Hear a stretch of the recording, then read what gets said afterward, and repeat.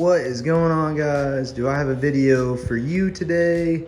I have a parts dump other than the ones I've been installing, but I haven't really been recording. Riot, get away from that, you little shit. So anyways, I have a parts dump, just a ton of stuff that I'm excited to show you guys, and this isn't even all of it. The other bit should probably be here sometime next week. So let's get into it. Oh yay, these. Excellent. I love these little packing peanuts. Ha ha ha ha. Look at that. Genuine Apexi. This is their power intake. It's gonna go right on the front of the MAF. Get rid of that old stock garbage. Give the engine some color, and not have to worry about going through that pink POS, or correction, not pink, black POS. So yeah, this is super exciting. All right, I'm gonna set this down and I'm gonna pull out the next bit. All right, that was a complete mess. So yeah, that's an entire like half box of packing peanuts, packing peanuts. All right, cool. So time to unbox this thing. Bam, brand new 7M GTE intercooler from Drift Motion. Super excited about it. It's beautiful. Man, oh man, I'm excited. Again, for those of you who are just now coming to the channel, I am not trying to do anything crazy with the Supra. We are going to turn up the boost. We are going to redo a lot of the OEM stuff, put on a nice, well, not a nice, but a blow-off valve, a decent one, and do some basic stuff, right? The intercooler that's on it's all fucked up. All the little bits are smashed in, the little cooling sections. So yeah, so it needed a new intercooler. So craftsmanship looks very good. If you look at the welds, those are pretty damn good welds.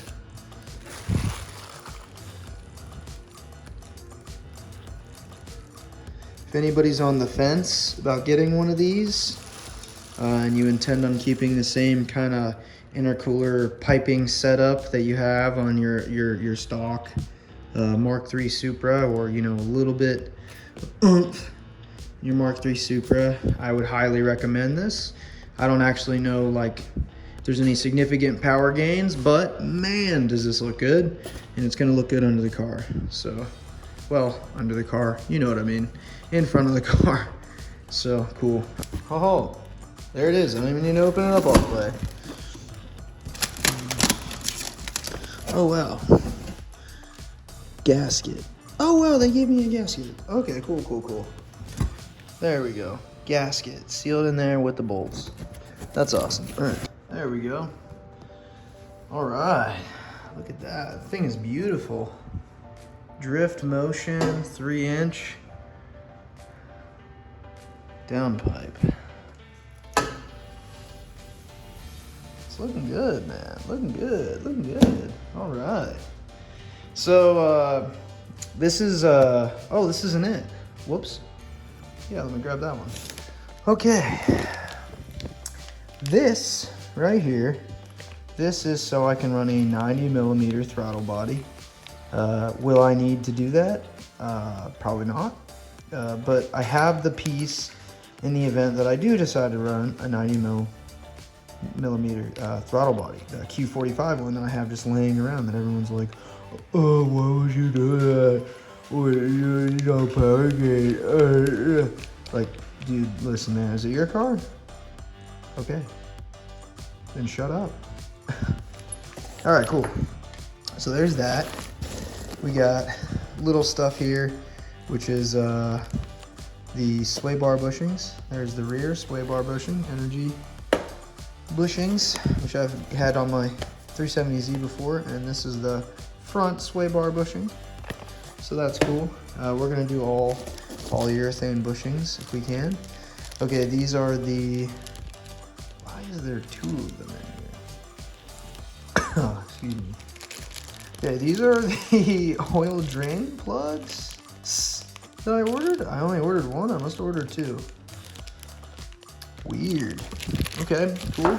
Little drain plugs, need a new one. Mine was looking kind of not so healthy.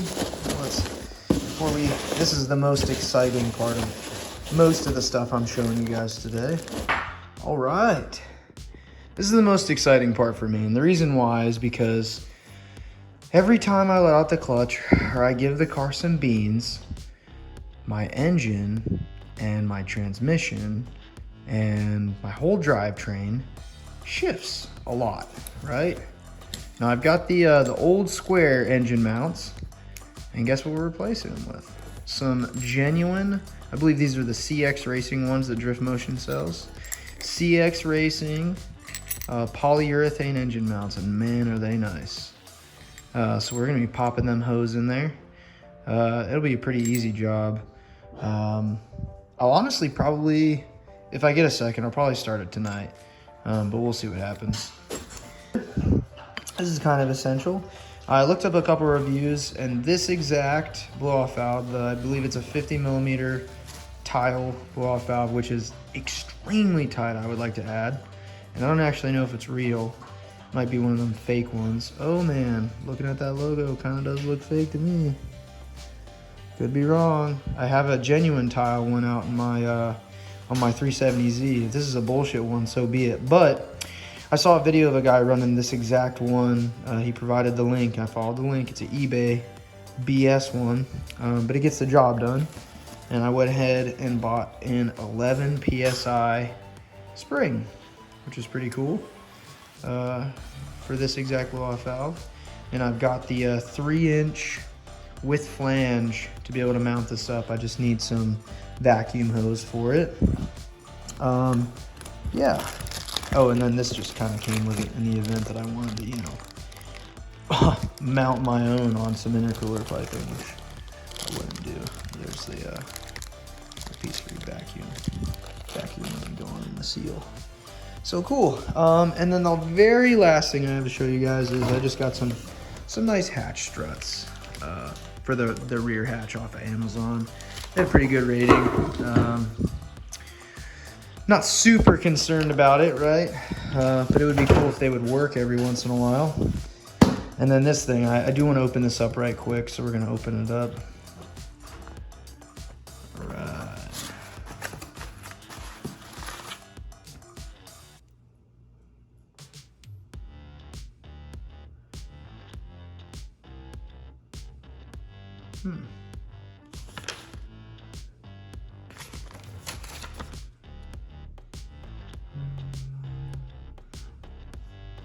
Okay, obviously I can't read that.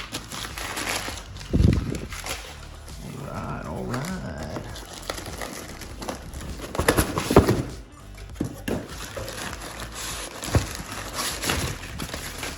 Oh, I can put that on easily today. Oh, there's a gasket. Definitely gonna need that. So, what are you doing, little Udis? Who's give you? Oh yeah. That's good boy. All right. So yeah, I'm gonna take off the wrapping real quick. Right. So that's super clean looking. Looks awesome. The gasket goes right there. You line it up with those 4 holes. That's pretty simple. And then you take these 4 holes and you line it up. And you put on the adapter and you bolt it up. It's good to go. That's pretty simple. And here's all your hardware. All right, that's dangerous. All right, sweet. So, yeah, so this is it. This is what I bought. I did put in some new headlights in the Supra. What is going on? Anyway, I did put in some new headlights in the Supra, and they look really good. The only issue is I need to buy new projectors because they are super dim at night. That's what I get for kind of cheaping out on the actual halo portion of it. So yeah, I yellowed out the fog lights with some tint and the heat gun, and they look pretty good. And I also got clear turn signals on the Supra as well, just to just to change it up a little bit. I'm keeping all my OEM stuff, so if I decide to go back, I will, but I'm gonna pretty everything up before I put it back on if I choose. All right, sweet. So we're out here installing the Apexi power intake. I went ahead and took off that bolt there, that bolt, loosened this, popped it out, made sure this was unplugged, and then we got it over here. The Apexi piece should be upright. You're gonna use those 4 bolts, correction studs with the nuts, and just put them back on. Didn't need washers or anything crazy like that. I did clean this up inside. There was a bunch of oil and whatnot, including right there. My PCV must just be trash in this car. It's probably clogged, lots of blow by and whatnot. So now all we're gonna do, put on the gasket, put on the new filter, and we're good. I'll show you it complete. Oh, you're gonna use the hardware that they gave you for this filter. It's only four bolts, and then you can also use this to ensure it's you know, I mean, you know what that means. Okay, cool, so it's in.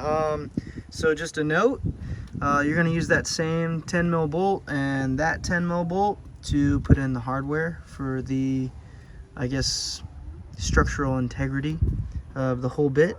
That's to hold up your new Apexi power intake. Pretty sweet. Looks good. There's a lot of other engine-based stuff that needs done, but that's definitely a plus. It looks really good. Super happy with it. It's well worth the money. Definitely get it if you just want to, even if there's not, like, you know, any sort of serious gain, which, you know, I mean, how much gain could you get from that, right? It's cool because it's easy. It's cool because it's not that piece of shit. So there you go. Here's the old ugly shit about to come out of the passenger side. Here's the driver's side one I already did. I did this one first because I knew it would be the most painful. I get this one out in about, I don't know, less than 2 minutes. This one took me about an hour to get out. There's just a lot of shit on the driver's side. And then there you go. Here is the new hotness. So pretty exciting. New hotness. All right, so it's the next day. I did end up finishing the engine mounts. If you can see there they are. Well, there's one of them. These are the CX Racing engine mounts. I think I need to torque them down a little bit more because I can see that one moved just slightly. It looks like it's angled a little bit, but I could be wrong. I might have put it in there like a dipshit. And then if you look under here, there's the other one. And it stiffened up the engine big time. Like, I love this mod for many of reasons, but specifically when I'm changing gears, I don't feel the car have a whole bunch of play in between gears, if that makes sense. So like when I'm in a pole or just driving it, right, I push in the clutch and then I would feel like the engine kind of shift or rock back after, you know, it's dropping RPMs or whatever, right? So we're no longer in load. But then it was just like I would re-engage a gear real quick and pick right back up, and I didn't feel the jerk of the play. Like, it was solid. So highly recommend those CX Racing engine mounts from Drift Motion. They obviously sell them. Yeah. So anyways, as you guys can see, I've got an alternator right there, and I don't have an alternator there, and there's an alternator in that box. So last night on the test drive with the engine mounts, my battery light kept coming on, and I was like, well, that's freaking weird. Maybe I messed with something electrically and, you know, it's having issues now. Turns out the next corner I went to, the car died, and I had to put it in third gear and kind of pop start it as I rolled to a stop just to get it home, and it started sputtering. I came home and I threw the 300ZX battery in it, and it was good to go. But the battery light came back on as soon as I fired it up to move it over here from over there yesterday. So we already knew it was an alternator. And this thing was not cheap. It was about 200 bucks. With the core charge, it was another 45. So, well, it'd be 45 back. So it's like 150 bucks for an alternator. But I'll have one. It'll be new. It'll be cool. And it'll charge my freaking battery up, man. Unfortunately, if you look at this alternator, you see the green? That's all corrosion. You see the orange in there? That's how it's supposed to look. So I might tinker around with that and try to clean it and see if I can get it, you know, I guess back to working condition so I have a spare laying around. But then again, I might as well just take it back and get 45 bucks, right? So yeah, slapping on a new alternator, super cool. All right, awesome. So slapped on the new alternator, pretty easy. You take out this long bolt here. You're gonna have to put some vice grips right here to hold that nut in place. Bring this bitch out, right? You got the tensioner down here. You gotta whip that bolt out. It'll actually kind of bring it free. Then there's a cable you unplug right here. And then this little bitch right here. 10 mil, right? Still gotta tighten that. 10 mil, 14 mil, and a 12 mil. Super easy. I didn't think I needed to record myself doing it. It's pretty straightforward stuff. So, alrighty. Alright, new alternator doing its job, which is awesome. It's charging the battery. Battery light went away. So now I'm going to show you guys, if I can, the little movement. It's very little of the engine.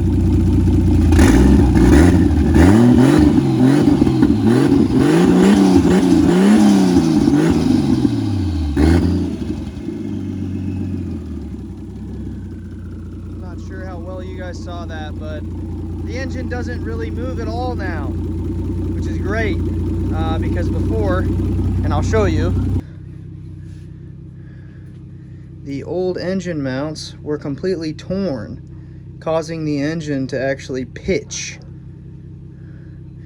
And I'll go ahead and post up that overlay now right over here to the left.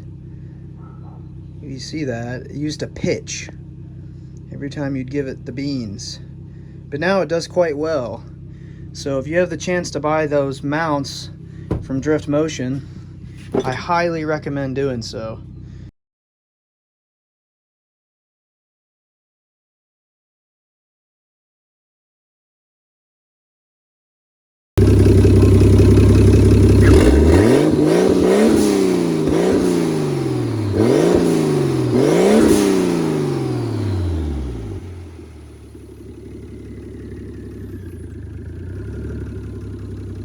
All right, so now you guys see my cheap budget blow-off valve setup. Guys, I love it. I do have to adjust the idle a little bit on this car. It's around 600, which is a little bit low. I can't wait to get that mod for the TPS. It's going to be a lot better. The little magnet that goes in there to keep it so it actually retracts. Whenever that comes in, I will definitely be installing it. But here is my cheap blow-off valve. So I got this 3-inch tile ready. I'll provide the links for all this stuff. Tile ready for a 50 millimeter blow-off valve. It's not the standard, but it is a blow-off valve at that. Right now it's really hard to hear it whenever I drive, just based on the fact that there's no exhaust on this car right now. It's coming right off the backside of the turbo. So once I get the downpipe, it might be a little bit easier to hear it. And then once I get a legitimate exhaust, it'll be awesome. I'm not really sure what I'm gonna do yet, but I did want to kind of show you guys exactly what I did.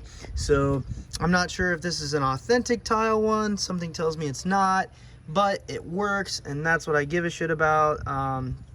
So tile blow-off valve, this 3-inch piece, specifically made for the Q series tile blow-off valves. It comes with all this hardware. This is a vacuum line I actually stole off the 370Z because I wanted to get a different one for it anyway, so I just went ahead and snipped it. I'm gonna do a whole bunch of maintenance to that car. But in the meantime, I needed some vacuum line. I wanted to try this out and see if it would work. Right here, I went ahead and plugged it up right there, routed a little vacuum line right to the end of the blow-off valve. So it's as easy as that, guys. There's nothing to it. I think all in all, this probably cost me about 70 bucks for the pipe, the blow-off valve, and obviously I had the vacuum line laying around, but it's only a few dollars at the auto parts store. So if you guys want a cheap blow-off valve, just something you can hear as you get on the road, just whoosh, then this is the one for you. If you want to spend $260 for a little bit more expensive one, or $350 for a little bit more expensive one, that's on you. But until I get that CT26 turbo and we really kind of see how long this motor lasts, you know, I'm really okay with this blow-off valve. This is super cool. First install for me, so there you go. Okay, so now it is Sunday. It's the next day again. I got my new intercooler out here, and we are going to be taking out the old beat up intercooler, and I'll kind of show you guys why. So if you know anything about anything, these should not be looking like that. Smash, just completely obliterate. That's my oil cooler right there. Smash, just really just not in good shape. So what we're gonna do is pop this old one out, see if we can muster together some setups where I can put it on there and run it with this new and improved one from Drift Motion. Pretty excited. Let's get to it. All right, so this is kind of a sloppy job, so I'm gonna show you guys exactly what I had to do. Okay, so I know you guys already saw the blow-off valve. I still have to snip these. I'd prefer black ones, so I rerouted the vacuum hose to a T right there, and then up to a vacuum port on the intake manifold. So that's that. Now, it's a little jank, I'm not gonna lie.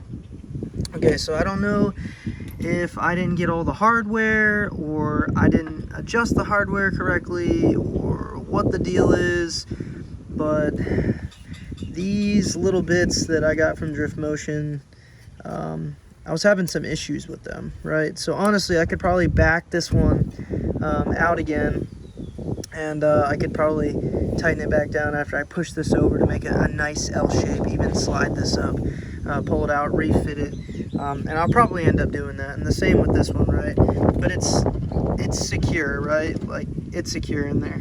Now, I ran into an issue with, I obviously had to remove the support for this here. I ended up finding a piece of scrap metal inside the garage to kind of do this with. And the reason why this is on there is because it's actually helping support this right here where the hood latch is. That way it actually latches in place, because before it would just kind of hook right here, but it wouldn't fully seat the hood because there wasn't anything stabilizing this underneath, because you could have quite a bit of pressure to push down and actually latch the hood there. So anyways, I'm gonna try to figure out what I need to do there. More than likely, I'll just kind of I'll probably pull this over just a little bit to the right and remake those into a nice tight L. It'll actually pick up the intercooler probably like a ½ an inch or so. And then also with this, I'll probably just make like a small L with two bolt areas through it. That way I can, you know, make it look pretty, right? Because that's the whole idea, is like, I don't want this to be some clapped out beater, right? I want it to be something I can appreciate, that I drive every day. But man, like, this car is breathing a lot better. And that's kind of how it looks underneath. And it's a little bit cocked. As you can see, this side here is a little bit higher. And the reason why I did that is because I wanted to pull up just a little higher on this side for the fear of hitting that intercooler pipe. Because if you see, this is pretty much like straight on down here. And there you go.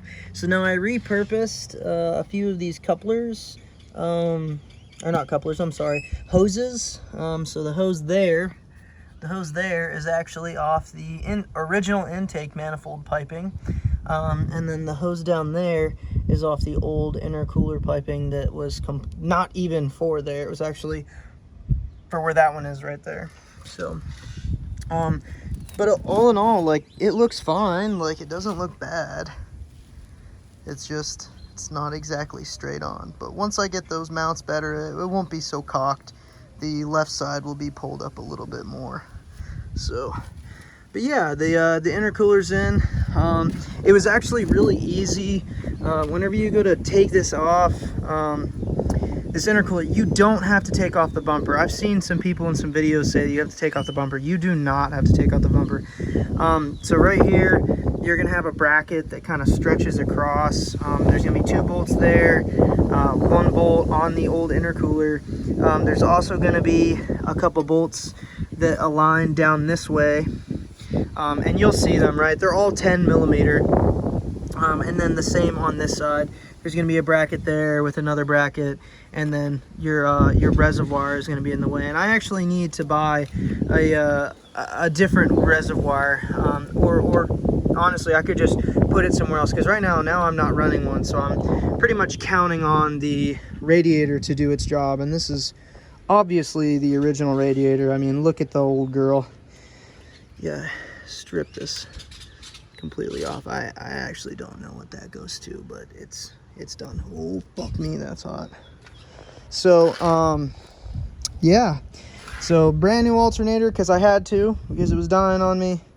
Brand new intercooler, and I do plan on buying this thing from, and I know it's eBay, right, but buying this thing from eBay called a cooling plate. And it sits right here, and it's aluminum. It looks beautiful, it really does. But it sits right here. It's a lot prettier looking. Buy a new Mishimoto radiator. I'm gonna redo these battery terminals and connections, I guess, connection points. I'm gonna redo my PCV. I mean, there's a lot of stuff I want to do, right? But just, again, to touch on the blow-off valve, that's 11 PSI spring. Obviously, this turbo is not spitting out 11 PSI, so it only opens up a little bit, and the whoosh is not nearly as satisfying sounding as it should be. But once we get that new turbo, that new accordion hose, just based on the fact that this one is fucking toasted, I guarantee you I have boost leaks all over the place. The new turbo with the billet compressor wheel, and then I got the drift motion downpipe, and then hopefully we'll find ourselves a nice exhaust. I actually took off the cam gear cover, and the reason why I did that was because I wanted to inspect the timing belt, and it actually looks pretty good. Like, I was expecting a lot worse. There was a Supra I had at 180 something thousand miles, and the belt was just, it was horrendous. You could tell it was ready to snap, just falling apart. So this is, I'll take this. It probably definitely needs a service, but I want to focus on some other things before I go doing stuff that's still good. But man, does it breathe better. I just took it out for another little a little pull. I go to the same area to pull every time, so I can compare, you know, I can compare the data, I guess, if you want to call it that, the data logging, the before and after videos of just the way things are going. But yeah, I mean, I'm loving it. You know, I'm loving the ride. I want to make this tasteful. I don't want it to be ugly. Once we get all of this straightened out, this whole area with the turbo, the accordion, the downpipe, and then hopefully like a decent little exhaust. If not, I'll just do a straight pipe just for the fuck of it. It's a daily driver. It's not like I'm taking it, you know, an hour and a half every day. I'm moving 8 minutes down the road. I do want to do the high-speed coils where you get rid of this whole setup here, but I don't want to do that anytime soon. You know, it runs fine for now. I do want to do a bigger throttle body if I can, without having to, you know, mess with the tuning and all that too. And then obviously clean this up. I am noticing too, with the exhaust being off, my wiring and stuff seems a lot more dry, and I think that's honestly because of the heat. So the sooner we get an exhaust on here, the better. I'm really hoping to have the turbo by the end of this week. It still says it's pending on Drift Motion, so but yeah, I hope you guys are enjoying the build. I hope you guys are enjoying my videos. I'm not posting as much, and I'm sure you see that now. Usually I post every few days, but I went ahead and just kind of chilled out with that. Just life is just, it's a little overwhelming at times, so I'm just kind of trying to chill out and enjoy the time I have with my wife. So yeah, this is another awesome upload, and I had fun doing it. I'm sorry that I didn't have more to show you. There are other great videos out there on how to install the intercooler, so I didn't really focus too much on it. I hope you guys are all right with that.